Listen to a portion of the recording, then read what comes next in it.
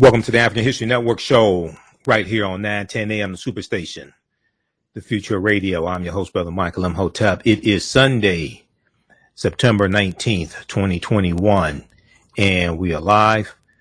Hope everybody's doing well today. It's been a very, very busy weekend, and I had to teach a online class today, and we're getting ready for the screening of the film Hapi, The Role of Economics in the Development of Civilization. There's going to be a special screening of this film taking place on Sunday, September 26th, 3 p.m. Eastern Standard Time at the Charles H. Wright Museum of African American History. I will be there. You definitely want to be there as well. We're going to be joined in a couple of minutes by Dr. Leonard Jeffries, one of my teachers, Dr. Leonard Jeffries. Brilliant historian and scholar, former chair of the Black Studies Department at City College in New York. And Dr. Leonard Jeffries is featured in the film Hapi.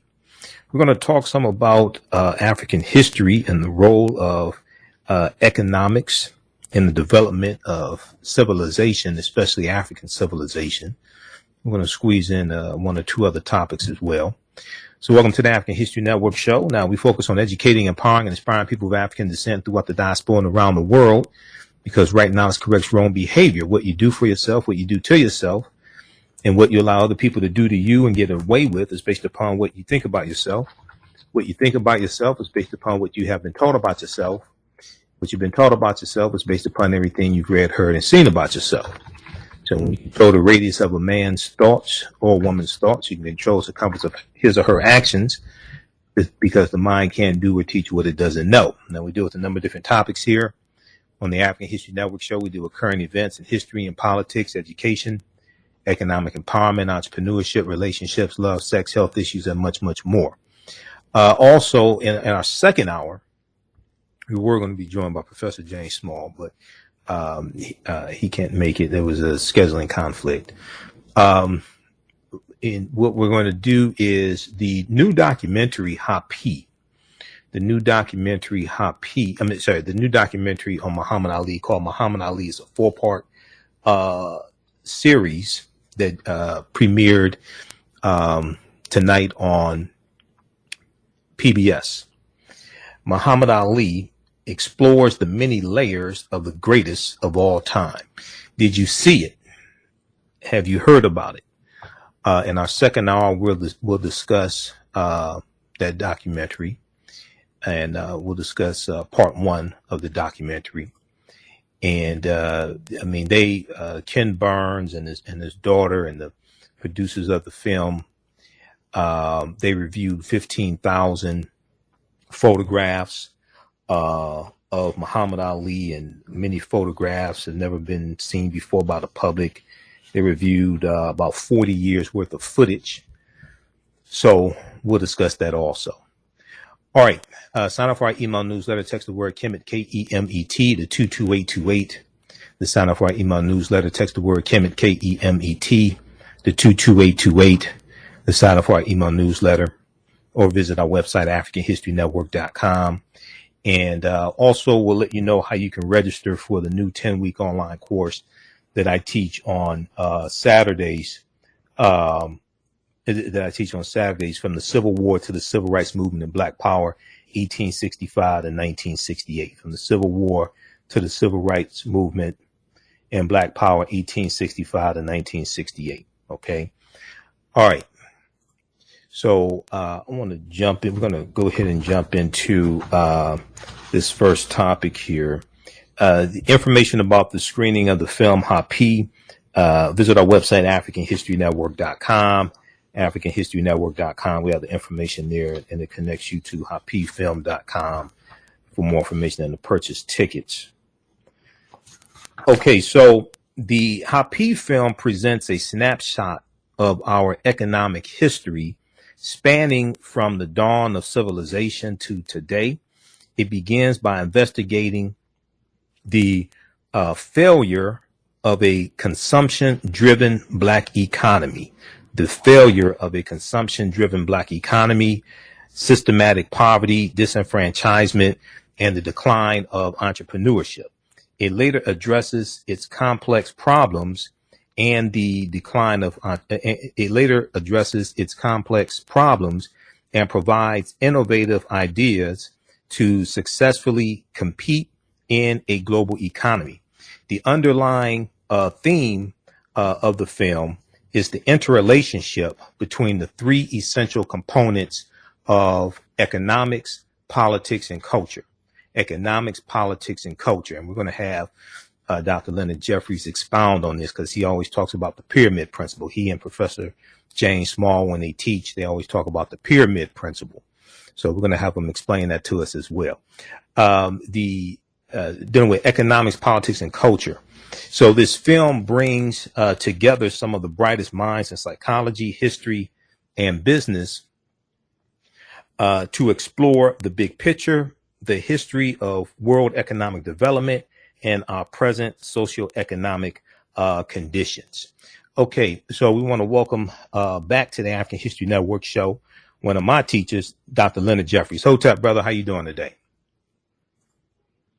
Hotep, it's a pleasure to join you and your radio family, so that we're always ready to share the knowledge and understanding that we've acquired. And my wife and I just came back from a beautiful ceremony. One of our major persons in our extended African family, she passed.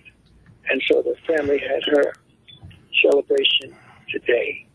And that's one of the difficulties. Absolutely. Absolutely. Well, Go ahead. Because she was the glue that kept us all together. And she handled these enormous projects that we were about, such as economically purchasing a hotel in Ghana overlooking the slave dungeons and making it work for 15 years, in spite of the fact they had Ebola for 3 years and other things. So she was a key, helping Brother Smalls, Professor Smalls, and myself make our Pan-African program work. Right. And so we celebrate her, and we're glad that she has been a part of our family now. She's up with the ancestors, and we hope that she will continue to bring some light and some love to us. Sister Leah. Okay, what was her name? What was her name, Dr. Jeffries? What was her name? Leah Williams. Leah Williams, okay. She was a part, yes, and she was extraordinary. Her family was involved with us, her mother, and her children. So, we try to make the African struggle a family affair. Right. Even though great individuals are needed and leadership can't be always shared, but you have to come at these things with the best that you can bring, and then share the struggle with others so they can learn how to participate in this global struggle to restore Africanness to its highest level. And so that's part of what I call the sacred mission. Right. And that we have okay. And, you had mentioned in passing the pyramid analysis, how we want people to deal with systems, and so we pair it with this approach, which we call pyramid analysis, which allows us to link economics with politics and culture. Right. And we sat at the foot of the masters for so many years, and we benefited from their knowledge and experience. Dr. John Henry Clark, Dr. John Jackson, Dr. Chancellor Williams, and others. And so we've passed that knowledge down to generations up under us. And so in the African tradition, that's how knowledge is transmitted from mouth to ear, and a bond of the generations.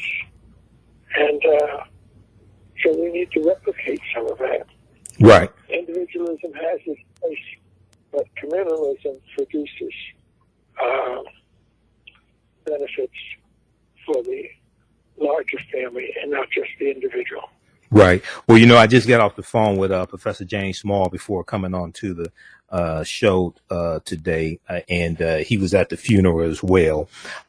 So let's do this. We're coming up on a break here in 6 minutes, but let's do this with the pyramid principle, because this plays right into the film and the one of the main themes dealing with the film, Hapi. And they deal with three essential components of economics, politics, and culture. And you and Professor James Small are two of my teachers, so I learned from you all about the pyramid principle, and I deal with this in a lot of my presentations. So you talk about, and I have a picture of the pyramid of Khafre at Giza up here on the screen for people to see. But you talk about how it's African history and culture that gives us our foundation, our VIPs, our values, our interests, and our principles. And then the other two sides of the pyramid are economics and politics. Tell us how these three come together. Because you say we have to have a synthesis of all three of them. That's what you've been teaching us for 50 years. Well, tell us how these come together and the importance of each one of these elements. Well, in order for us to transmit knowledge, in order for us to use the knowledge to build, in order for us to think through what is needed, not just for tomorrow, but for 100 years from now, you have to have a systems capability. Yes. You have to appreciate systems. We, for example, have a human body which has many interlocking systems.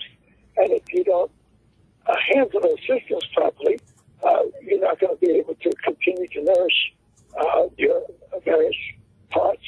You're not going to continue to renew and rebuild parts that are devastated or destroyed.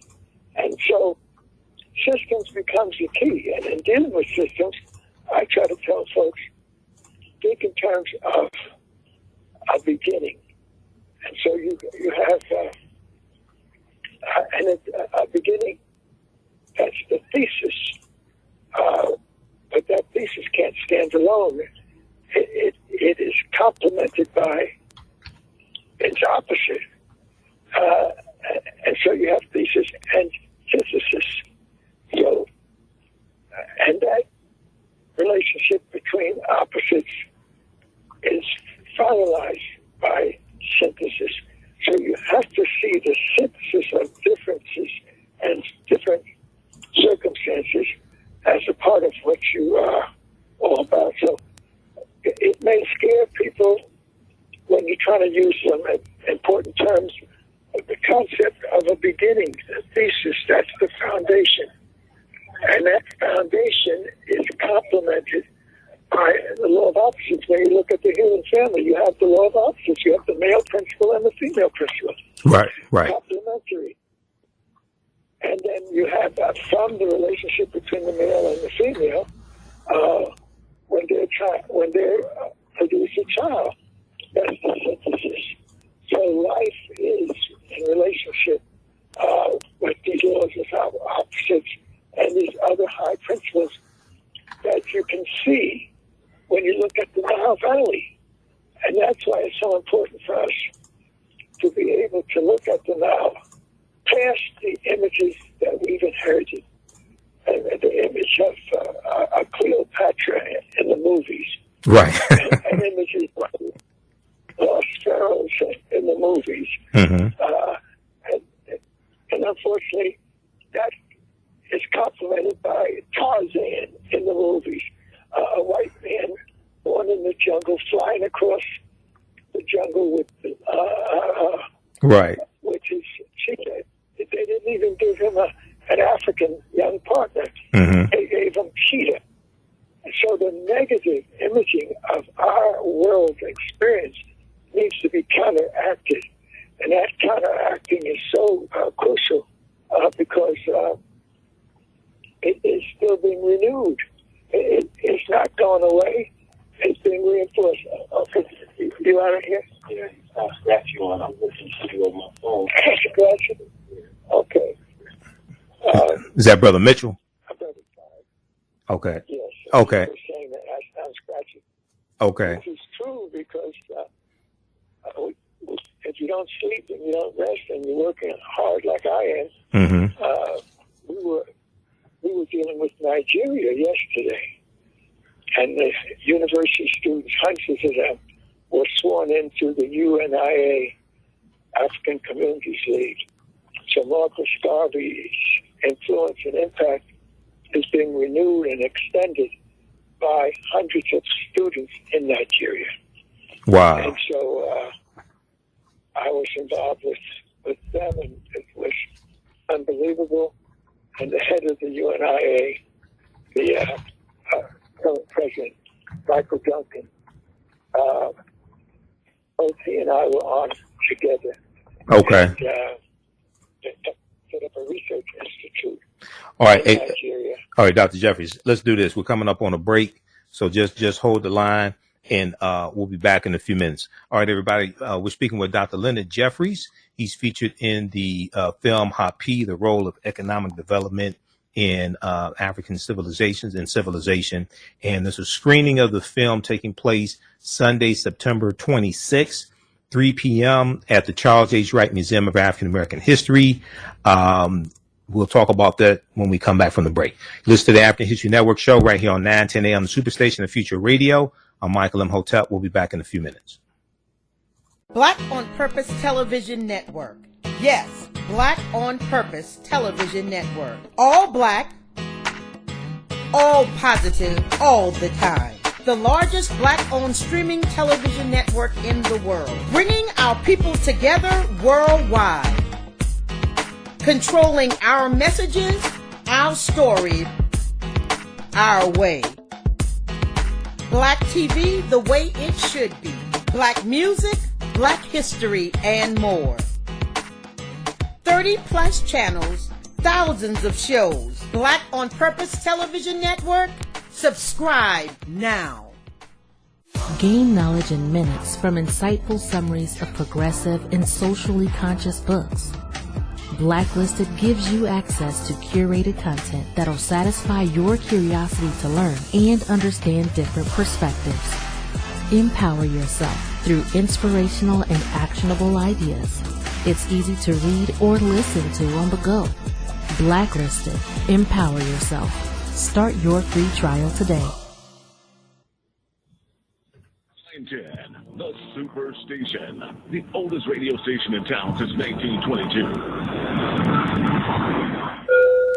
Welcome back to the African History Network show right here on 910 a.m. the Superstation, Future Radio. I'm your host, Brother Michael M. Hotep. It is Sunday, September 19th, 2021, and we are live. We're speaking with Dr. Leonard Jeffries. We're talking about the film Hapi, which deals with the role of economic development in African civilization and civilization. Okay, Hapi, the role of economics in the development of civilization.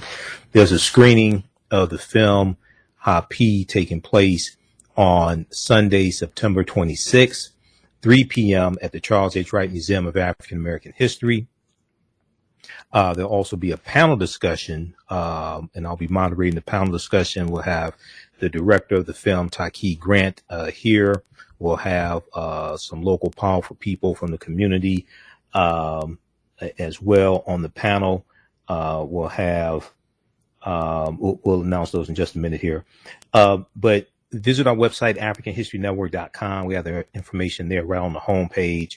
And we have a link to HapiFilm.com, HapiFilm.com.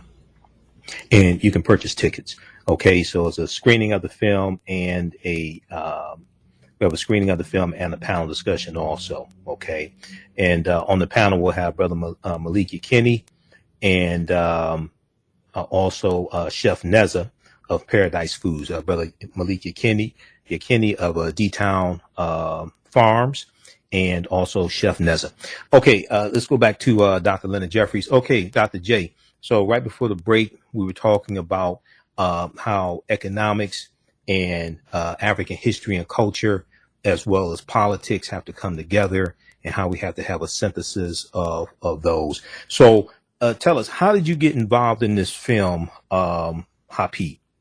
Hapi, for those that don't know, Hapi. And that's one of the original names of the Nile River. Well, how'd you get involved in this film? Well, fortunately, from my early childhood, I've been involved in Africa and African peoples wherever they are. This was something that I have to give credit to my mother, who came up from Virginia to New Jersey, but she came up not with an empty head or empty heart. She had her father, my grandfather, whose birthday I was born on, January the 19th, 1937. He was born January the 19th, 1888, the year before Marcus Messiah Garvey. But my mother had crafted for my brother and I a foundation for growth and development. And it was not the usual children's foundation of Dick, Jane, and Spot, Little Red Riding Hood, and the Seven Drawers, and all of that mess. Our problem was Booker T. Washington, W.E.B. Du Bois, and Marcus Messiah Garvey.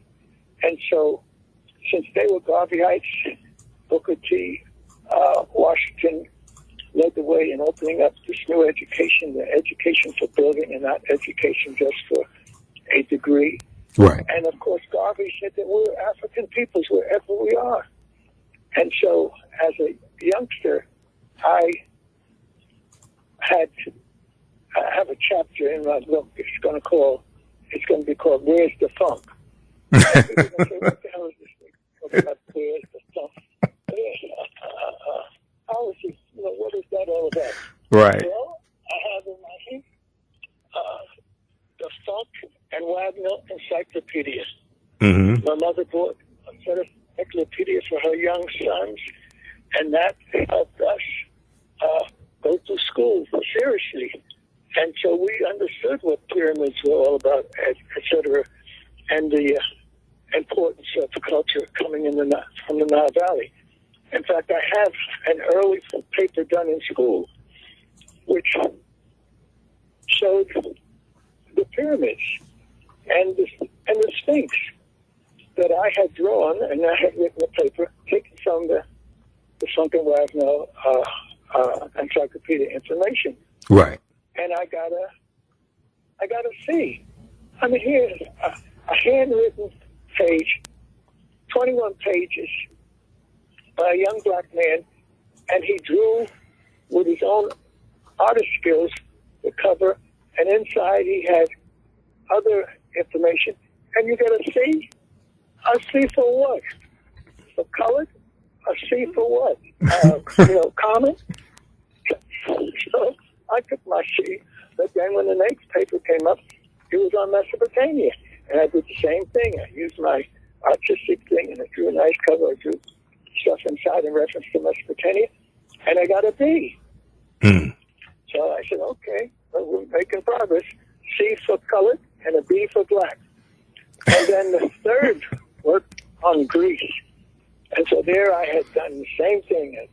The Greek, with their mentors teaching the Greeks, and the Trojan War between the Greeks, etc.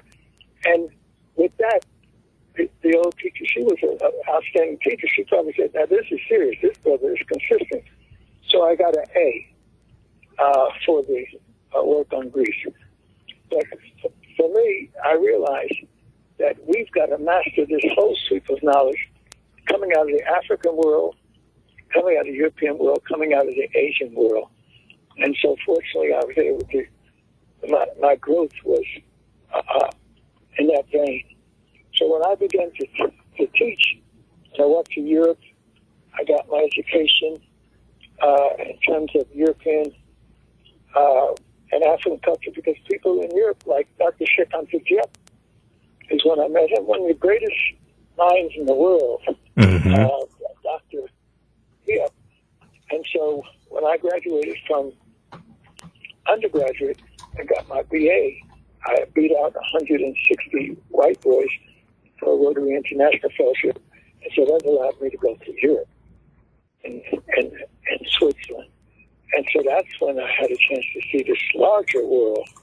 And so I was able to continue to grow, and I wrote an article about a closer look at the world. That the American University is teaching you to be a cog in the wheel, teaching you to be seeking after having a comfortable job as part of this American system.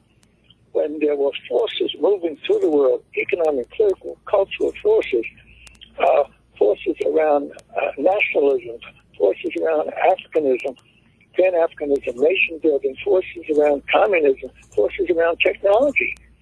So in Europe, I was able to see it and feel it. What do you mean, Dr. J? You ever see it?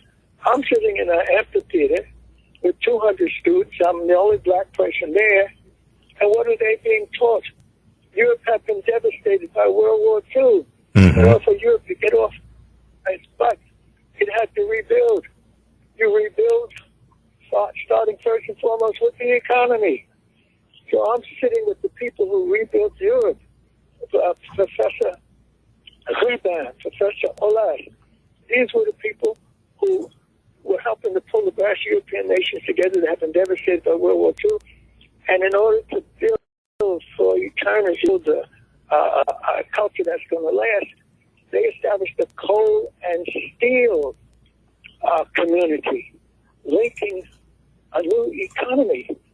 And of course, when the professors were being critical about America, and America had a 100-day steel strike, and Professor Olas, it was almost as if he was looking up at me and saying, no nation should be able to afford a 100-day steel strike. That's a waste of the economy. And so the people turned around and looked at me. I said, no, I'm Black American. I have nothing to do with steel. But the Europeans rebuilt out of the ashes of destroyed cities in every part of Europe. They built by having the coal and steel complex put in place that helped them rebuild. And so these were the things you were able to learn in Europe that you would not get into American economy, not going deep into these things. So after that European experience, I came back and instead of going to law school, which I had been accepted, I said, no, I need to be into this economics, politics, and culture. And so I haven't looked back. I went to law school for a year, but I already was planning to go to Africa and other places, and I did. We've been to Africa and around the world, my wife and I and our partners, not just 1 or 2 times, but 50 times, 60 times. I've been to Ethiopia 7 times. Met Haile Selassie and his leadership 5 times. We met in Nkrumah and Azikiwe in Nigeria, Sekou Touré, trying to build a nation in Guinea. And wherever I went, economics was the foundation. You have to have an economic foundation or you're not in the ball game. Exactly. So Nkrumah, and so that's we have to understand, and Nkrumah understood that. And he came to America to be a preacher. But when he went to Lincoln University, there were people there who were thinking economics, politics, and culture, a system of development. And so who was at Lincoln University? Azikiwe, who became the president of Nigeria and helped to push Nigeria onto an economic process. And who had also been at Lincoln? Nkrumah. Nkrumah got his degree. He first came to be a preacher. But once he got there, he saw the larger world, just as when I went to Europe, I saw the larger world. And then Nkrumah started moving into economics. And there was a friend of ours, Brother Philpott, who was able to move Nkrumah from Lincoln University and to be his chauffeur. And he would take Nkrumah, Kwame Nkrumah, the leader of the new nation building in Africa. They would take him to Howard University from Lincoln. Now that's Route 1, or 95 now, and so that's not a heavy drive. But what did Nkrumah do? Where did he go? He went into Howard, where you had scholars looking at history and economics and whatnot. And the person who was the leader in the group was Leo Hansberry. Mm-hmm. So this is a brother who had a world. He traveled around the world. And so he built around him other scholars. And who was with Leo Hansberry at Howard? Ralph Bunche. And what was his role? He had the role of being with his black brothers, but then when the international world hit the point where they needed to have not the old League of Nations, they needed a United Nations. And so Ralph Bunche left his work at Howard and went to help set up the United Nations. And so that process in the 46 or whatever was complemented by African nations emerging and seeking independence. And following Haile Selassie, who in 1936 or 37, when the fascists from Ethiopia invaded Ethiopia from Italy, Mm-hmm. Haile Selassie went to the World League of Nations and pleaded with them to help Ethiopia. Ethiopia stretched forth its hands unto these nations to get these ruffians off our back. And unfortunately, the Italians wreaked damage. Ethiopians had thrown them out of Ethiopia years before with the Battle of Adwa, when the Italians invaded at that point. But because they had to build a new world based upon some serious understandings of helping each other and justice and whatnot, Ethiopia was able to stand after World War II. But the Africans knew that they had to come together. Individual nations were not going to do it. Individual nations cannot function up against a collectivity of nations like an empire, the British Empire, or the French colonial empire, or even little nations like Belgium. Mm-hmm. Were able to get the Congo, which was 50 times larger than this little Belgian nation, but they had control of it through agreements that the Europeans had made. And so economics is the key. Belgium, an insignificant nation, had one of the richest territories on the planet Earth. Right. No nation is going for it than the Congo. And the Europeans look at this African richness as predators. The Germans, Emperor Bismarck called them, the Germans in 1870 to Berlin after he won a war with France, and his claim was, I want a part of the economics of Africa. And so they carved up Africa. And Berlin Conference. Mm-hmm. Responded to that by forming their own unity. So in 1945, the Africans got together in Europe. 250 or more of them, 300 of them came together from various nations of English-speaking Europe, and they had the first Pan-African Congress, in which they looked at things such as economics. They looked at things, the politics to manage economics. And then you have to have a cultural dimension to keep the things together. And so economics, politics, and culture is the key to the system of development. And so happy as a process and happy as an actuality comes out of that understanding. And it really works out well, because not only do you have people like Professor Small, who's been to Mecca, who's worked close with El-Haj Malik El-Shabazz, Malcolm X, Mm-hmm. and, Right. well, assisted Malcolm's sister Ella after Malcolm was taken from us with his death. And so Professor Small has been dealing with this economic, politics, and cultural thing. Economics is the foundation of living. Every cell of your body has to have an economic dimension. Otherwise it will dysfunction. Right. Economics is the key to life. But if that economics is not regulated, then it will not serve you like it needs to. So politics is the complement to manage properly economics. So economics and politics are the foundation. Your creative, productive capability economically and your political capability to manage this economics. But if it's going to serve you and your people in the current circumstances and the future circumstances, then culture is the key.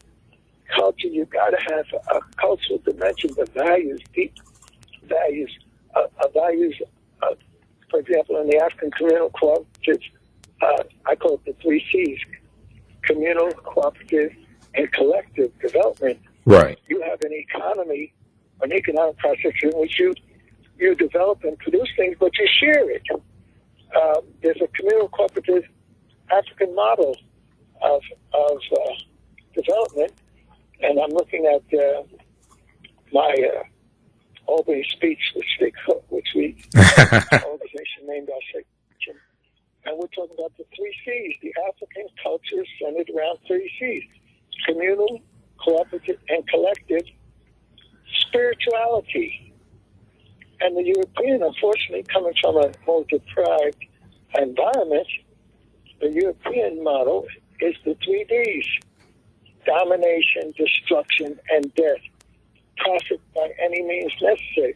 The African spirituality model is a much more advanced model than a model that produces people fighting each other and producing a Hitler.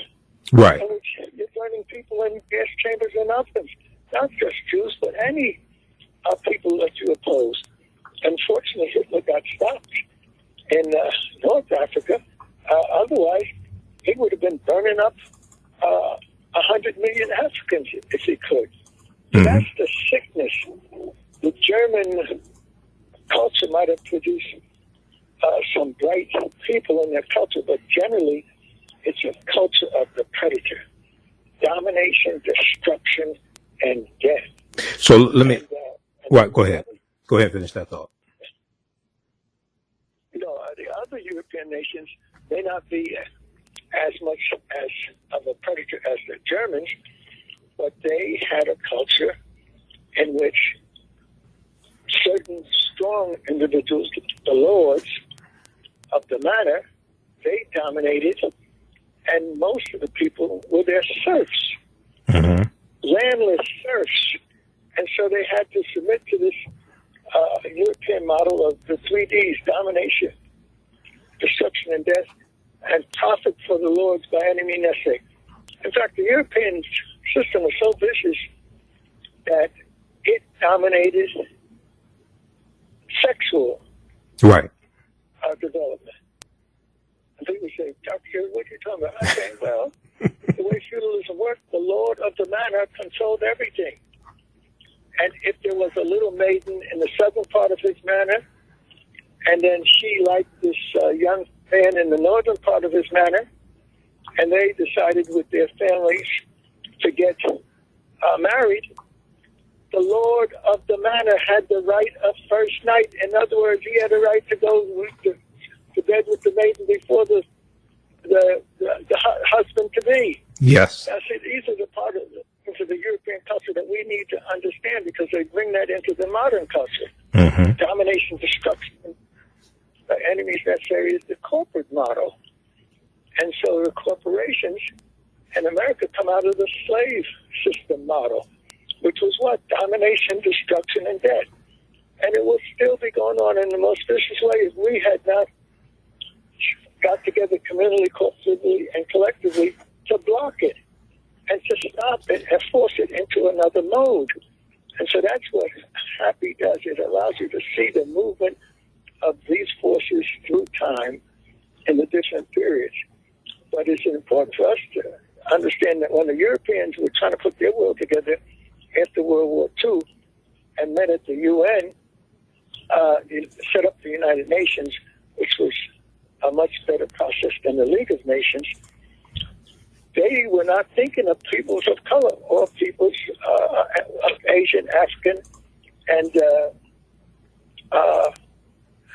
even Arab background. They were thinking of European nations coming together. So Africans had the courage, and some of the Arab had the wisdom to come together and plan their own future. Right. So in North Africa, there was the Algerian War, and there was the Tunisians demanding freedom and whatnot. And so in 1952, Gamal Nasser and Naguib, Egyptian military men who had a heavy dosage of Africanness, they produced a coup, a military coup that threw out the Turks and other descendants of European domination. And for the first time in 2,000 years, black people were ruling in Egypt. And that inspiration that they got to put power behind their desires in 52 and 53, it inspired people in the other parts of the Middle East to seek freedom. And eventually you had, in Asia, 54, you had Dien Bien Phu, and in the Asian country that became Vietnam.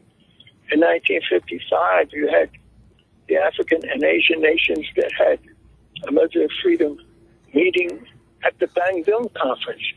And even our people in America said, we need to be a part of that. Adam Clayton Powell was at the Bandung Conference in 1954 representing us. 1955, 56, the Sudan is independent. 1957, Ghana is independent. 1958, Guinea is independent. 1959, Cuba is independent. In 60, 12 African nations under the British colonial system, including Nigeria, become independent. And then 61, 2, and 3.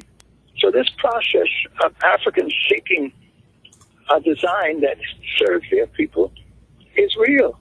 And one of the base structures that they put in place was to come together and plan a mutual strategy.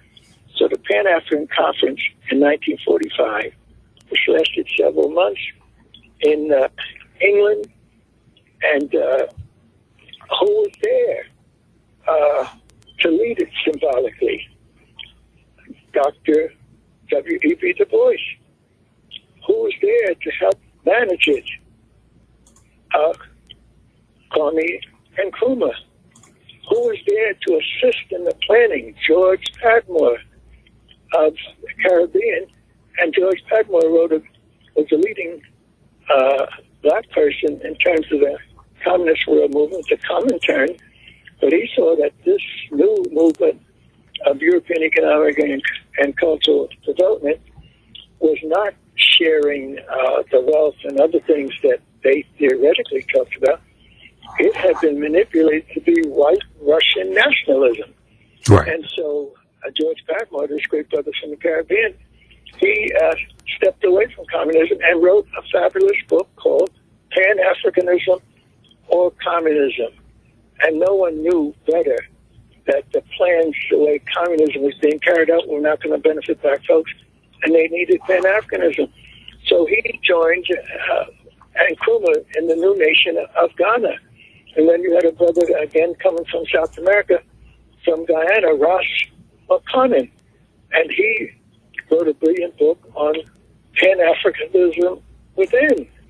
That if you're going to learn to work together, you're going to have to develop some socialization and acculturation in which you get rid of the negative that you're black and ugly, or you're black and helpless, or you're black and you need to be enslaved. So we need to look at this enormous history of African peoples trying to restore themselves to a position of greatness in the world, and the Happy movement gives us a chance to tap into so many of our scholars who have been doing outstanding work, and they can fit in. Our sister Julia Malveaux, she's an economist, expert in economy. Mm-hmm. She has a chance to make her. And I've had her on the show. I've had her on the show before. She's wonderful. Yes. Right. Okay. And then when it comes to psychology of the mind Mm-hmm. and psychiatry of the inner mind, you have people like Frances Cress Welsing, a wonderful spirit among us, and her associate, Pat Newton. And Pat, like Professor Small and others, Marcus Garvey Jr., etc., we were initiated as African leaders. In other words, they had an installment process, and we were installed as sub-chiefs and female queen mothers. And so we have to see, as you look through this history, this connectedness, and that's what Happy allows us to do. And Happy represents the Nile Valley. And years ago when I was fighting to, to make African studies and Black studies something, I had 2 articles, and they were published in a new magazine set up by our brother from Africa. And it was called African Commentaries. And so dealing with our sacred mission, I wrote one article, Africa, Birthplace of Humanity, African Origins of Early Humanity. The oldest fossil finds of early man was made in Africa in 1960 by archaeologist L.S. Leakey. He named his find Zanzibar, meaning Eastern Man. It was found in the Ogavai Gorge in northern Tanzania, which is an archaeologist's paradise. Many ancient fossils and stone tools have been found there over the years. There are 5 distinct layers of strata of earth visible in the cliff. The oldest was formed more than 2 million years ago. One day while climbing up the slopes, Mrs. Leakey discovered 2 teeth embedded in the rock side of the cliff. After 19 days of digging, the Leakeys uncovered an almost complete skull and stone tools. Radiocarbon-14 test method of determining age of the fossils finds allows the scientists to test the object that does not go back more than 50,000 years. Because Zanzibar was matched with older than 50,000 years, another newer method to determine age of the fossils was needed. This method was called potassium argon and allows the scientists to test an object that goes back 2 million years.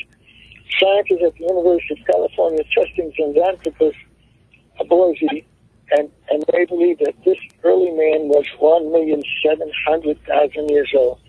Over the past 25 years, various fossil finds have been made in Africa and have been scientifically dated to be millions of years old. One find recently discovered and found to be several years old was named Lucy. Right. And is the object of a best-selling book. These discoveries and others have firmly established Africa as the cradle of humanity. Well, that Lucy find, going back over 3 million years, Africans named her Dankanesh. Right. And the beautiful thing is that she made a world tour because of her importance. She visited museums all over the world. And when they built a new center in Addis Ababa, with some of the Chinese money, they built a new center for the 50-plus African nations that were part of the African Union. They brought Dankanesh back from her world tour, and she was given a place of prominence in the entrance.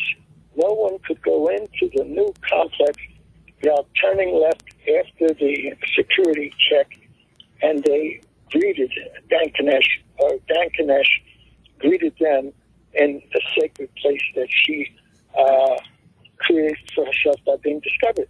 Now, most of us in these institutions, we ain't know nothing about this stuff. This stuff is going on, and we need to make it a part of art, and that's what Happy is doing, making it part of our contemporary education. Exactly. Another article I wrote, okay. is reclaiming the Nile Valley civilization. Okay, hold on just a second, Dr. J. Hold on just a second. We're coming up on a mandatory commercial break, so just hold it right there. Just a couple things. Okay, well, give us the name of that first article that you referenced. Give us the name of that first article. Article that I wrote in 1989. Mm-hmm. It's Africa, Birthplace of Humanity, Oh. African Origins of Early Humanity. Okay. Dr. Lentis. Okay, and that's online. We can pull it up because I'll pull it up and show it to the listening audience during commercial break. That's online. I can pull that up.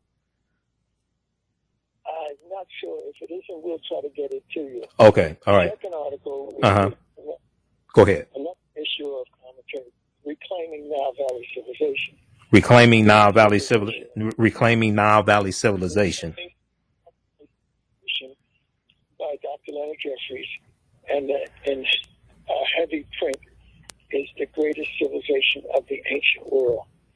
And see, that's our sacred mission, to bring forth this knowledge. Right. Okay. And, Okay. This is what we're gonna do. We're gonna bring forth the knowledge on the other side of the break because we're coming up against the break, Dr. J. You got about 20 more minutes to spend with us. I know you just got back home. Okay. You got. get your work. Okay. Okay. All right. Okay, just hold it right there, and then we're coming up on a break. When we come back, we'll pick it up with Reclaiming Nile Valley Civilization and sharing this information with the world. Stand by, Dr. J. Okay, everybody, listen to the African History Network show right here on 910 AM Superstation, the Future Radio. I'm your host, Brother Michael Imhotep. Also, if you like this type of information, you can support the African History Network. $ the AHN show through Cash App. $ the AHN show through Cash App. Also through PayPal, paypal.me/the AHN show. We're here 6 days a week, and this helps us keep doing the research, stay on the air, keep broadcasting, etc. We'll be back in a few minutes. Black on Purpose Television Network. Yes, Black on Purpose Television Network. All black, all positive, all the time. The largest black-owned streaming television network in the world, bringing our people together worldwide. Controlling our messages, our stories, our way. Black TV the way it should be. Black music, black history, and more. 30+ channels, thousands of shows. Black on Purpose Television Network. Subscribe now. Gain knowledge in minutes from insightful summaries of progressive and socially conscious books. Blacklisted gives you access to curated content that'll satisfy your curiosity to learn and understand different perspectives.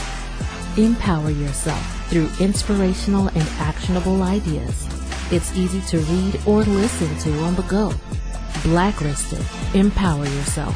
Start your free trial today. 910 AM Superstation, a division of Adele Media. I'm Brother Michael Imhotep. In the African History Network show, we deal with current events in history and politics, education, economic empowerment, entrepreneurship, relationships, love, sex, health issues, and much, much more. Unfortunately, many people confuse what racism is. Racism is a power structure. It is laws and policies that put us in this predicament. It's going to be laws and policies that take us out. So when you control the radius of a man or woman's thoughts, you control the compass of his or her actions, because the mind can't do or teach what it doesn't know. We have it all on 910 AM Superstation. The views and opinions expressed on any program are those of the producers and or the persons appearing on the program and do not necessarily reflect the views and opinions of 910 AM Superstation or Adele Media. Welcome back to the African History Network show right here on 910 AM Superstation, the Future Radio. I'm your host, Brother Michael Imhotep. We are in hour number 2 of today's show. We're going to go back to Dr. Jeffries in just a minute here. Be sure to visit our website, AfricanHistoryNetwork.com, AfricanHistoryNetwork.com. Right on the homepage of the website, we have the information for the screening taking place of the film Hapi that's taking place on Sunday, September 26th, 2021 at the Charles H. Wright Museum of African American History. It's going to be at 3 p.m. I'll be moderating the panel discussion, and we have the link to hapifilm.com here so you can purchase tickets also. We're going to do a screening of the film and have a panel discussion. It's going to be fantastic, so come on out. And also at our website, AfricanHistoryNetwork.com, you can also register for my new 10-week online course that I teach on Saturdays, 12 noon to 2 p.m. Eastern Standard Time, from the Civil War to the Civil Rights Movement and Black Power, 1865 to 1968. And we look at some events that led up to the Civil War starting in 1861. And then we go through and we look at, especially from 1865 through 1968.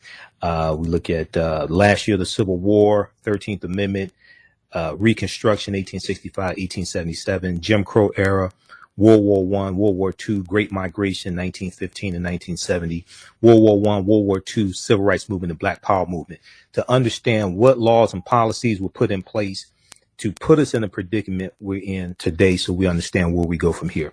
We do the classes live. All the sessions are recorded.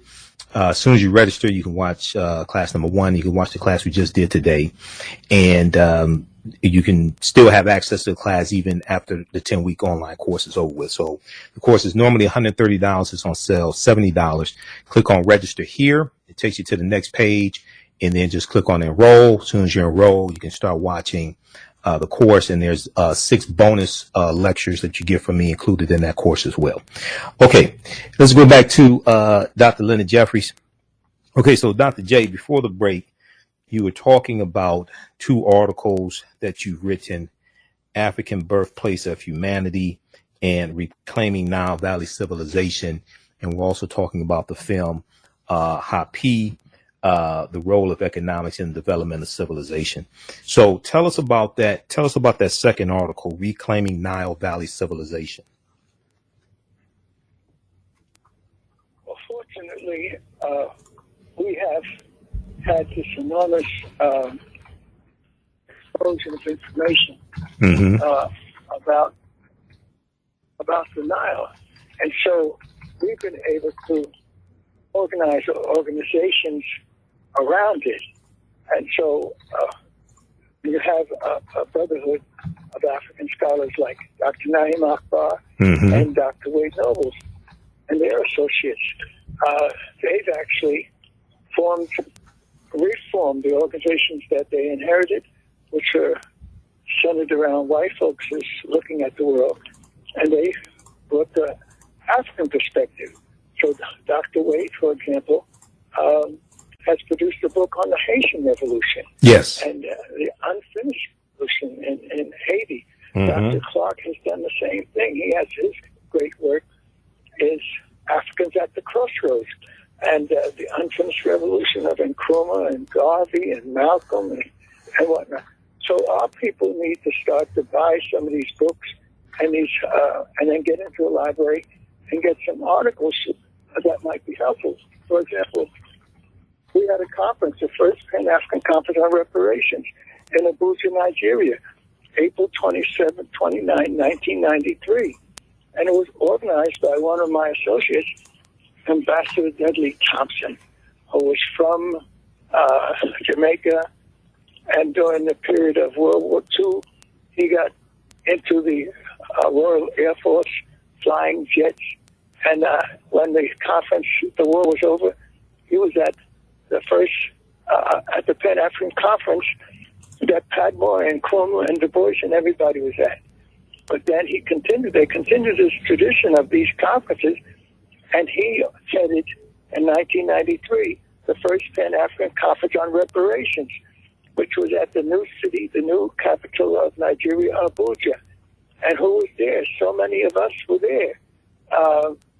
I couldn't make it because my lawyer said we got to go to trial. Neither could my partner, Professor Scopey.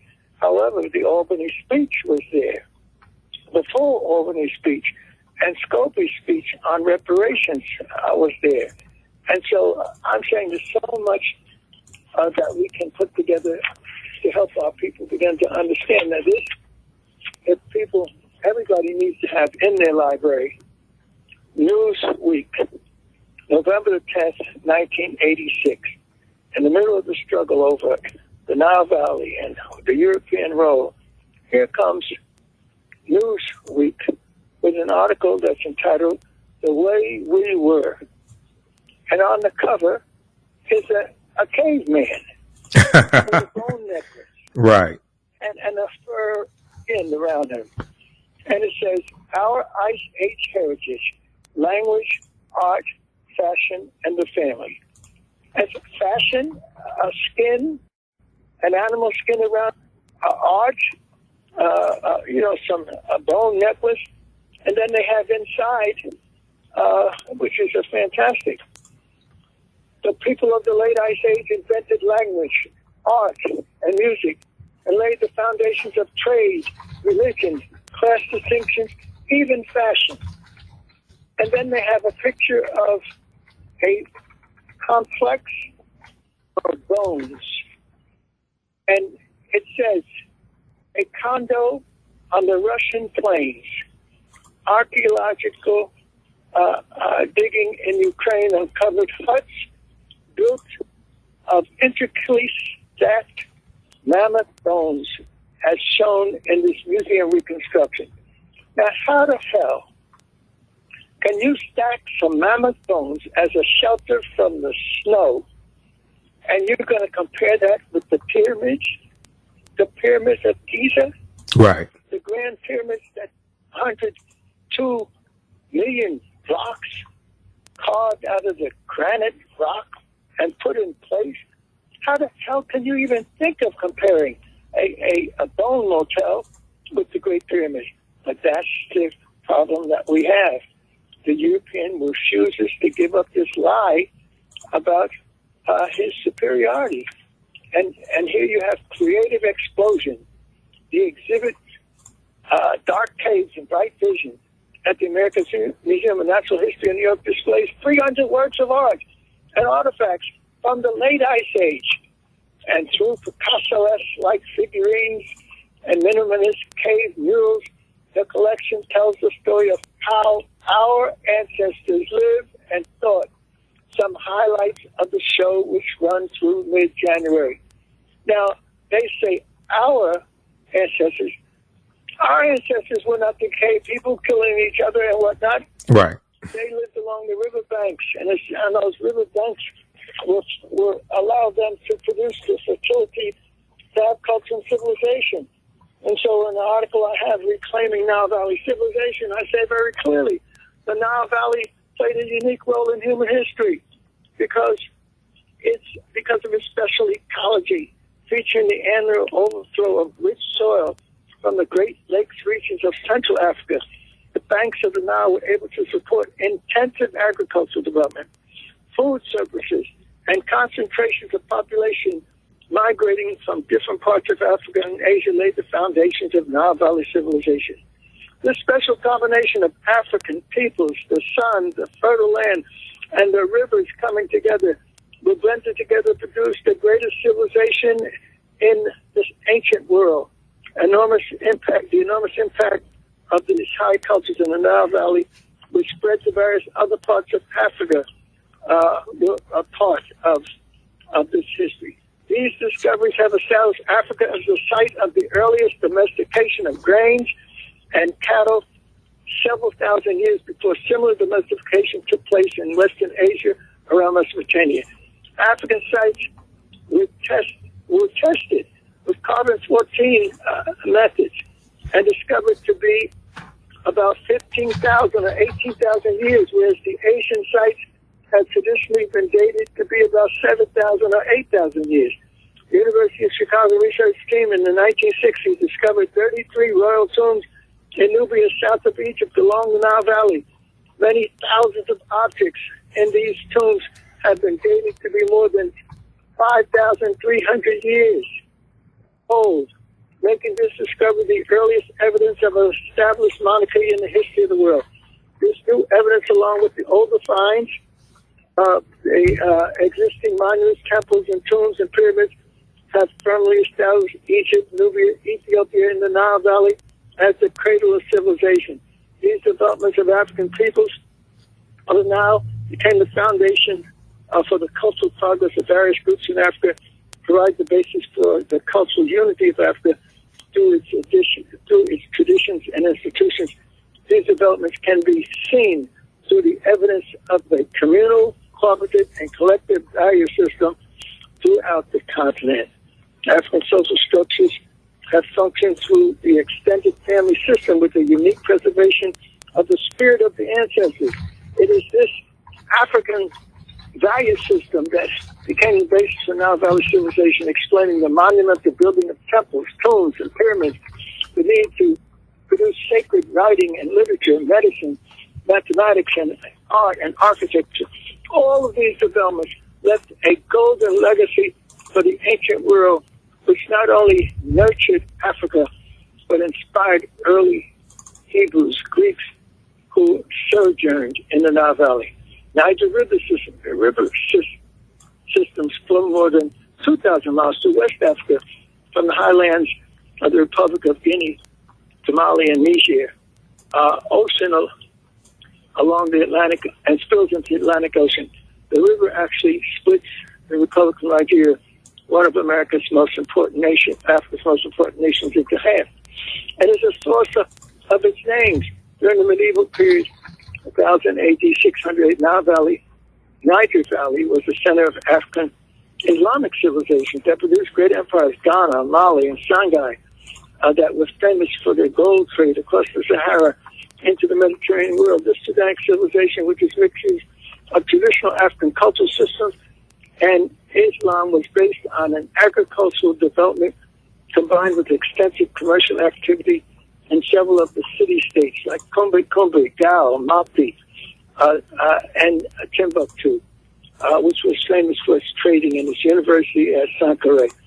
In fact, the Emperor of Mali is famous for having a gold pilgrimage to Mecca, in which the gold market in the Mediterranean was messed up for almost 60 or 70 or 100 years because he had so much gold that he gave away for the love of Allah that it upset the economics of the Mediterranean world.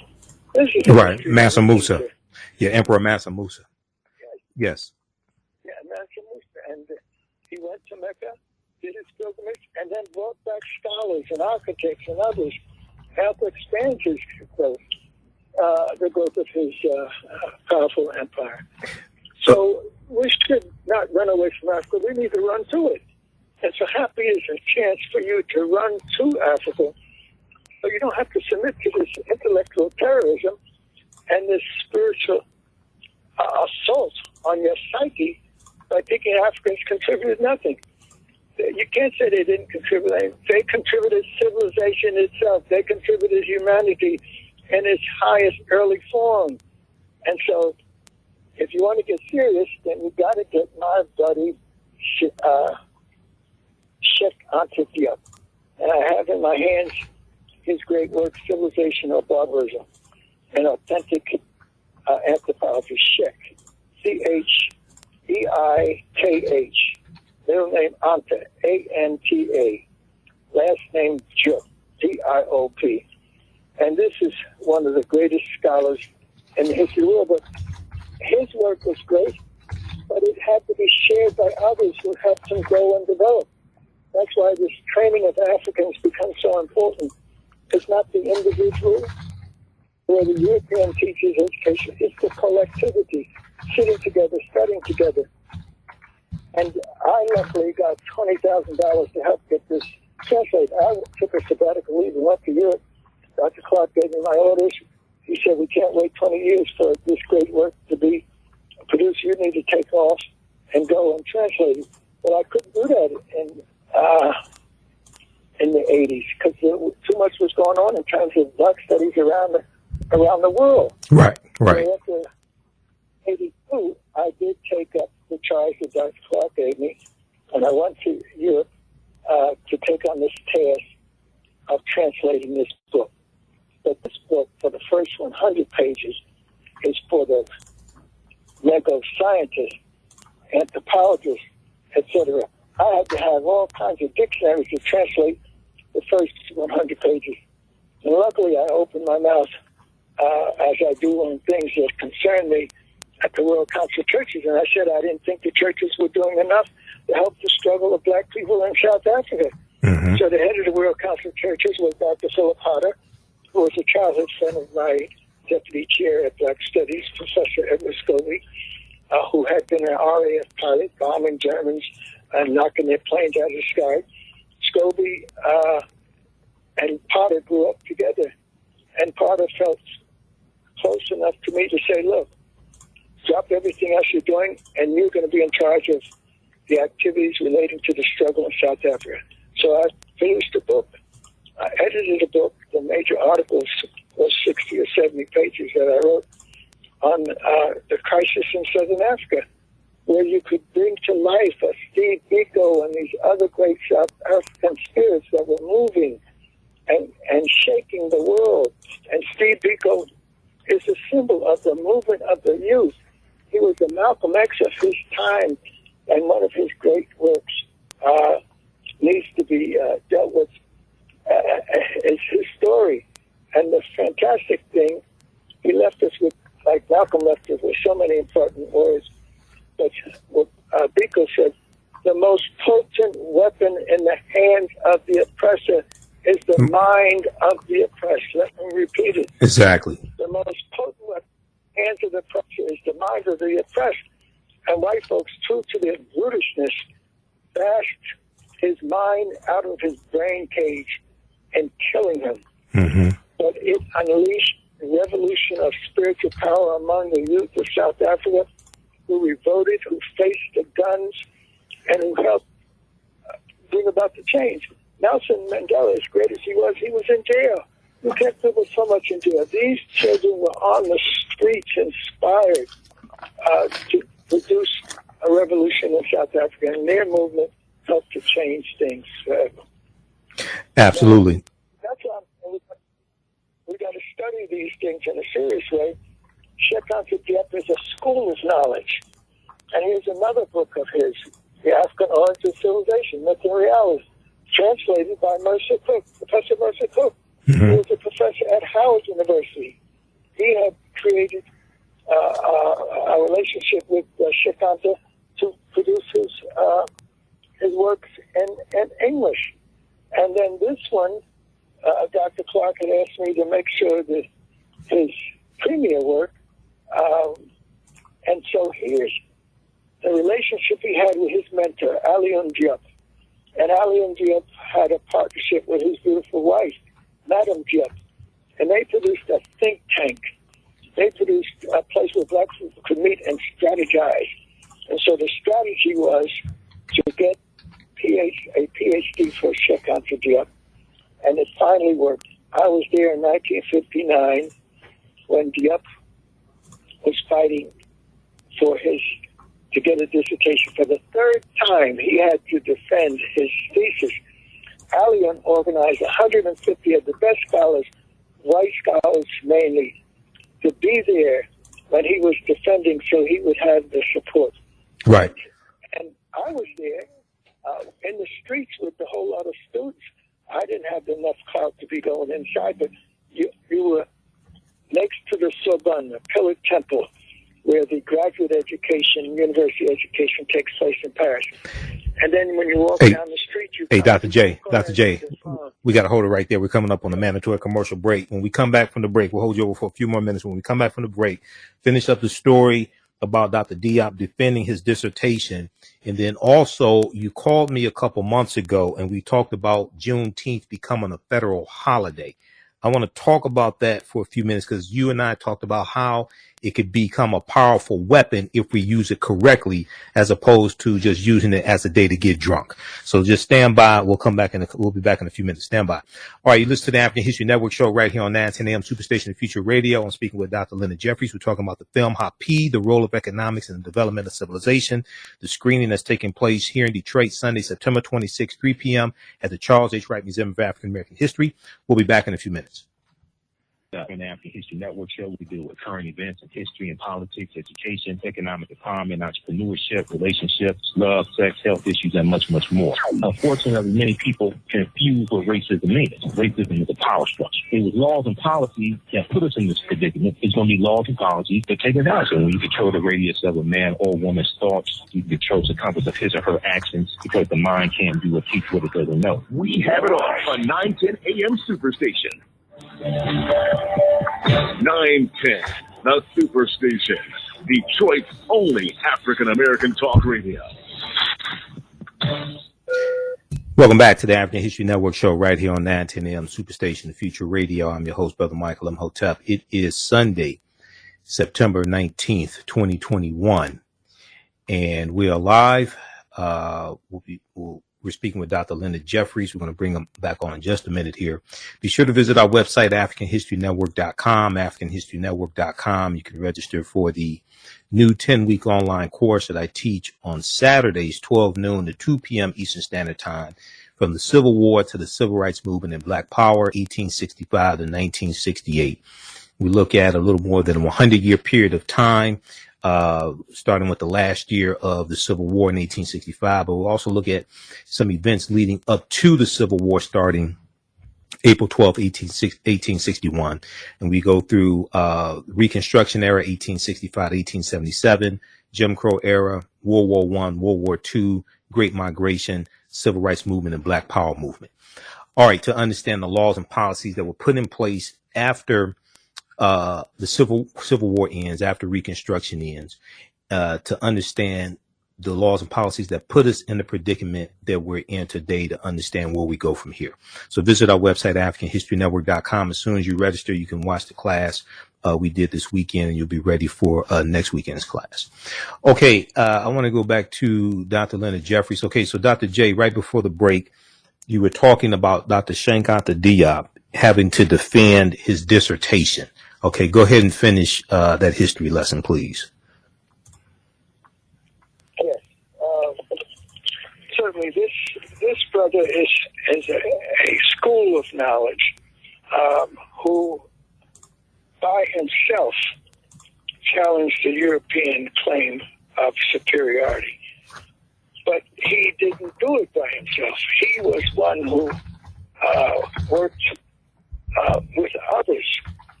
For one thing, his youthful development comes out of the Moreid community in Senegal. That's an Africanized Muslim culture, civilization.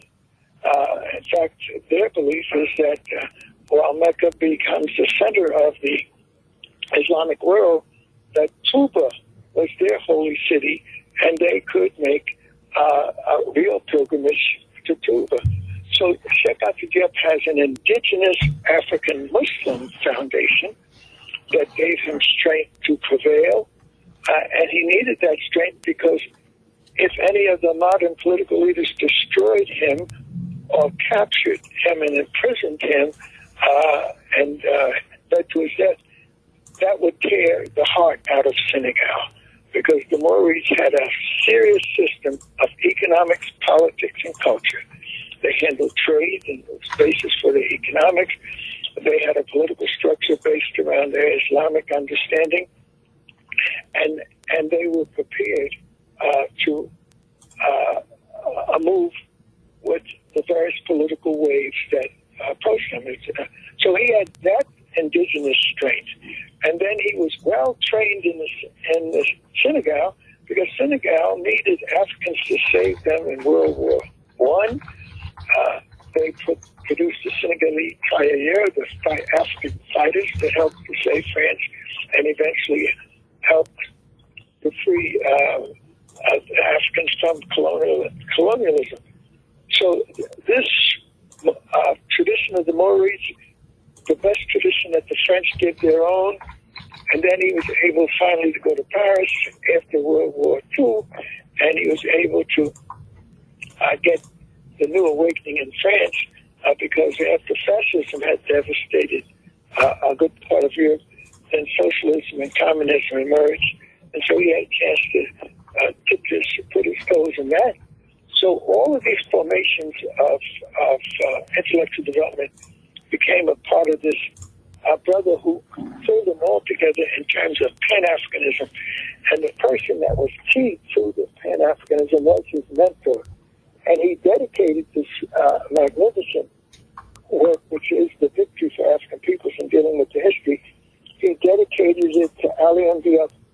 And when you say Alioune, you got to say Madame Diop, his great wife. They were a team that put together an African think tank that influenced the world's development. And he said in this book, Civilization and Barbarism, as he dedicated, I dedicate this book to the memory of Alioune Diop, who died on the battlefield of culture. Now that's very important. And he could have said the battlefield of economics. He could have said the battlefield of politics. But no, he highlighted the battlefield of culture. The great struggle in the world is the struggle for the mind. And so we have to struggle to fortify the African mind so we can win that mind that's coming from other parts of the world, including the Arab world, the Asian world, and the European world. And so African people have to fight for their future on the planet. Alioune, you knew what you came to do on this earth. A life entirely dedicated to others. Nothing for yourself. Everything for others. A heart filled with goodness and generosity. A soul steeped in nobility. A spirit always serene. Simplicity personified! Exclamation point. You did emerge to the movement of the world. I want to provide us with an example of an ideal perfection by calling you into existence. Alas, the territorial community to which you knew how to convey better than anyone else the measure of human truthfulness that sprang from the innermost depths of your being was deprived of you too soon. But the remembrance of you will never be erased from the memory of African peoples to whom you dedicated your life. That is why I am dedicating this work to your memory in witness of a brotherly friendship that is stronger than time. Check Anta Diop, Dakar, Senegal. That's the African spiritual bonding that has kept us alive on the planet. And we got to appreciate that. Yes. These two men doing the work of the Creator and providing us with the ammunition to let the African truth rise. Now, Madame Diop, Alioune Diop's wife, she was an African. Powerful, Queen Mother type African who stood with her husband and developed this institution, which is still producing works in Paris next to the Sorbonne. And their office was between the Collège de France, where you got your undergraduate degree, and the Sorbonne, where you got your graduate degree. They put this institution strategically in the middle of cultural and intellectual development in France. And they maintained their contacts, however, with Africans everywhere, especially those in French-speaking Caribbean, Martinique, and Guadeloupe, and Guyana. Also in Canada, where you have the French-speaking clones. And certainly they were able to link with African scholars such as myself and others who were a part of this process. So, brothers and sisters, the power for us to move our agenda is there if we continue to come together like our brothers are doing in Detroit, like they're doing in Atlanta. I just had a fantastic conversation yesterday with Atlanta in the evening, and in the day with Nigeria. And so we are not without the means, we're not without the programming. We just have to take time and lay out our agenda and make it happen. Absolutely. And, so I'm glad that in Detroit, Detroit is a special part of the Black community. I've been there many times. I consider it one of my second homes. Yes. And so, and the museum, as I actually got contact with the museum when I first was doing a study of urban crisis in America in 1959, and then I was going to Detroit at a different period. When I was in Detroit early, the doctor had a mobile unit as a museum outside of his house. Yeah, Dr. Charles H. Wright, the founder of the museum, for those that outside of Detroit that don't know. Yes, Charles H. Wright. Yeah, go ahead. That seed of his ingenuity with his family, I'm sure his partner, his wife, they were able to use that seed to eventually work with the Detroit community to produce one of the best museums and library centers in the United States. And so we need to sustain it and maintain it. Although white folks will try to grab it back and pull it over to the white side of the equation. Mm-hmm. We need to say, no, you owe us. Reparations is real. And so part of our reparations for enslavement and other exploitative processes of black folk, we demand to have education and culture as a priority for the growth of our people. Absolutely. I have in my hands, Go ahead. And I want to get to Juneteenth in just a second. Go ahead.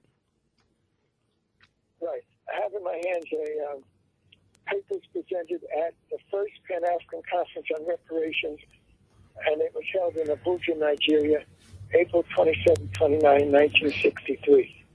And all of these great scholars came together. The person came to come together. The person who was a part of this in a very important way was my adopted godfather, Ambassador His Excellency Dudley Thompson, who was born on, we were born on the same day, January 19th, 20 years apart. But he was a leader of the eminent group of persons that was formed by the African Union. And they had this first Pan-African Conference, and he outlined what it's all about. All of these great scholars participated. And you had a contingent from the United States. My partner, Dr. Ronald Walters, was there. He presented an important piece. And other scholars were there. And you see so many of them, various attempts have been made to convey some understanding to the outside world of what is this thing called the African crisis or the African condition. Crisis, if you have only just come to grips with it, is a conditioning. When you realize that deep down the African crisis is not new. The dismal statistics are there, and the grim events can be graphically presented. Uganda, Angola, Mozambique, Liberia, Zaire, Somalia, the phenomena of the collapse and the near collapse and the disappearance of the state in various parts of Africa, the loss of legitimacy and the breakdown of the Nulua, similar to, but not the same as the breaking up of an imperial system like the Habsburgs or the Soviet Union with warring parts. Instability of many states in Africa to provide basic items such as food and shelter for sizable portions of its population, and with the complexity and the duration that creates refugee problems, the rate of illiteracy and urban degradation, violence, and age. And that is why we have to come together to build for the future, and we have to lay the reparations bill on the table.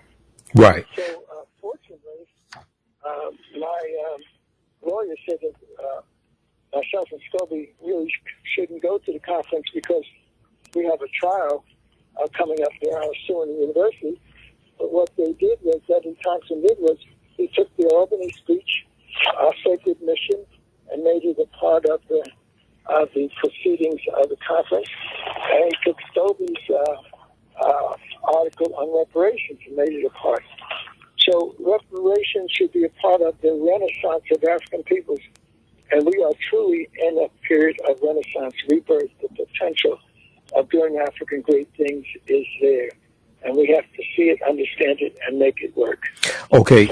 In the name, well, go ahead. Go ahead. Finish that last statement. I'm saying the potential is there.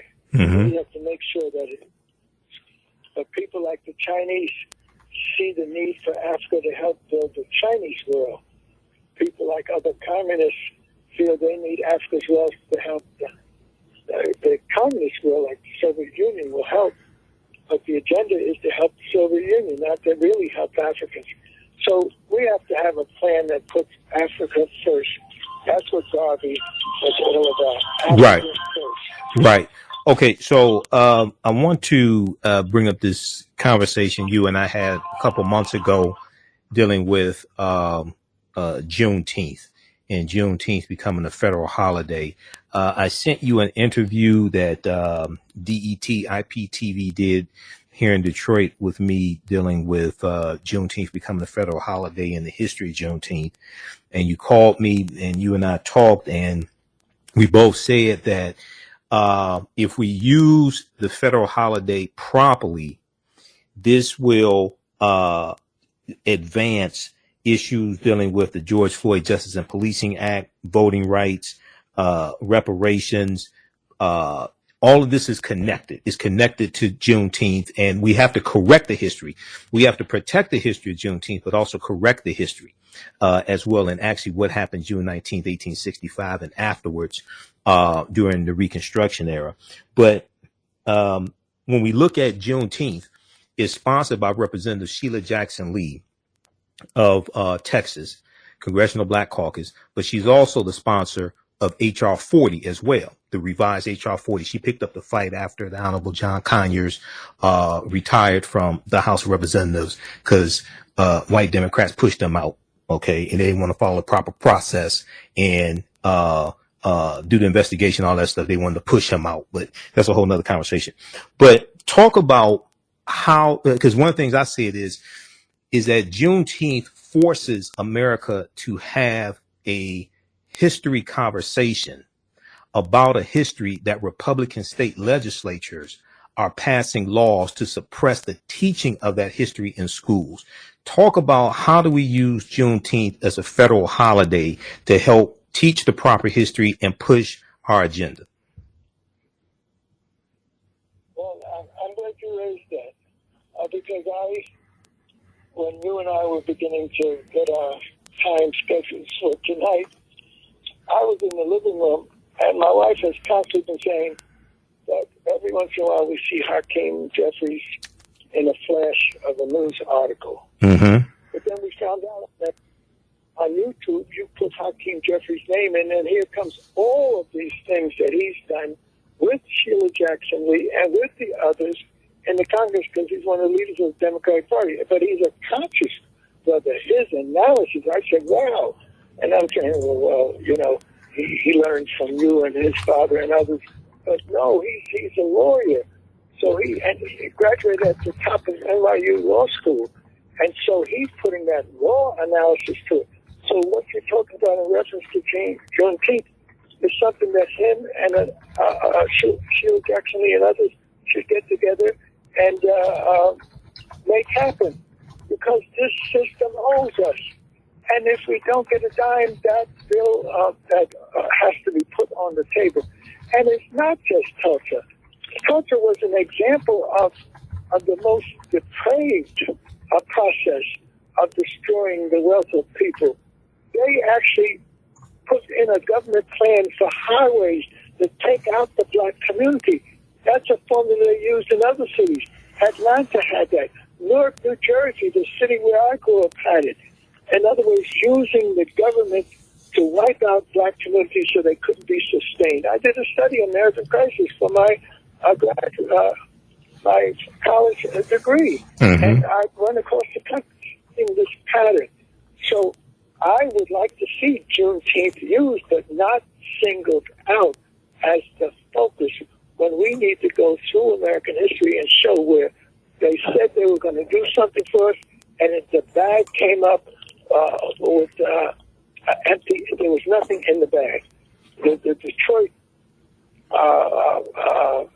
situation, and as most people don't realize it, that Detroit was the automobile capital of the world, but also there was discrimination in how Ford and others handled the development of Detroit. And Detroit, like Cleveland and Akron and Washington, D.C., was gentrified by acts of the legislatures and the city councils. So I don't want us blinded by the blatant Tulsa thievery and death and destruction and war against black folk. But my folks on my father's side come out of Georgia. And there is a whole process of white folks being jealous of black folks achieving something and having it destroyed. Right. And that, my grandfather was murdered by the Klan, not because he was a leader of the community. His household had 13 of his kids, and he had 7 of his relatives that him and his wife, they had farmlands, and they had bigger crops than the white folks, and the white folks were jealous. The cotton train would come to the general store and stop in that part of Georgia. And then each of the farmers would bring their loads of cotton. And white folks would put their measly loads on the scale, and they'd go away with a few dollars. Black folks would come in with their wagons with all of this cotton that they had picked, and they'd go away with a big share of the monies.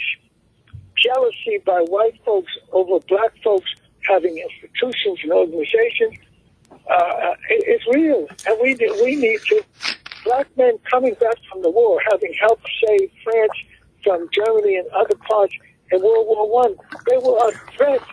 Black men in arms, black men in uniform, instead of being honored helping to save the Western world, they were attacked. Riots took place, 25 riots, and in 1919, the Red Summer. Yes, the Red Summer. Yes, those things we need to connect, and certainly the death and destruction of my grandfather, I put that in the middle of it, but that didn't stop us. Eventually, our people did leave the South, and they went on to Ohio and Akron and Cleveland. They got into the industry there, and they got their houses and their communities together. And then eventually, public policy was designed in such a way as to take black strength and pull it out of black hands. We just came from the burial of our queen, Sister Leah, and she helped Brother Falls and I manage the great work that we were doing in Africa, the hotel, and a lot of other things that we have done. So we sent the sister on to glory, and it was a nice celebration with her family and the rest of us, Professor Small and myself in particular, and my wife. Well, we started coming back up to my home here above Newark, New Jersey. We went through Newark. And here you have Newark listed as one of the worst cities in America in terms of poverty and this and that and whatnot. But as we were driving up the highway, I said, this is not one of the poorest cities. It may be managed into being the poorest city. But look, we're driving through the turnpike. Double traffic, flow of trucks and whatnot. To our right is the seaport. It carries more tonnage than New York City, because New York City was these are tankers. The enormous tankers, not floating giants of commerce. This is one of the biggest seaports for tankers in the U.S., certainly on the East Coast. So you got the railroad right next to it. And then you got the highways. And then you got over to the left. This is the airport. This is a multi-billion-dollar process. And the money is being controlled by white folks and not given to those. Luckily, the mayor, Ras Baraka, is smart enough to have brought lawsuits and whatnot to get hundreds of millions of dollars, if not billions of dollars, that white folks were saving until they could turn the city around and make it more white. I said, no, 1/3 of that money is ours. It's hundreds of millions, billions of dollars. We want that money to help build the Newark today. And so Absolutely. We need to understand exploitation of us has gone to extremes. And they're going to do it as long as we don't raise some hell about it. Okay, we're going to go to the phone lines in just a minute here. Hold the line, John. We're going to come right to you. I know you've been holding let's see. I want to just share this article quickly here, because you talked about destruction of African-American communities. And we know that the the Federal Highway Acts of 1952 and 1956 drove 41,000 miles of U.S. interstate highways through African-American communities. There's a huge expose from NBC News. We've talked about here on this show, because I'm on the air 6 days a week for people that don't know. This article came out June 18th, 2021. Bulldozed and bisected. Highway construction built a legacy of inequality. Bulldozed and bisected. Highway construction built a legacy of inequality.